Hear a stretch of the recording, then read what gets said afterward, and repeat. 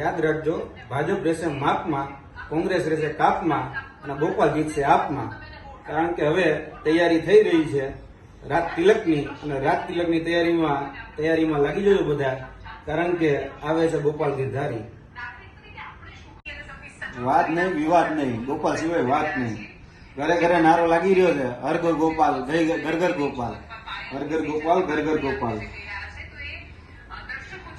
એ તો ખાલી આ ભાજપના જે વિસ્તાર હતા ત્યાં સુધી બુથ ખુલ્યા ત્યાં જ આવી હાલત છે.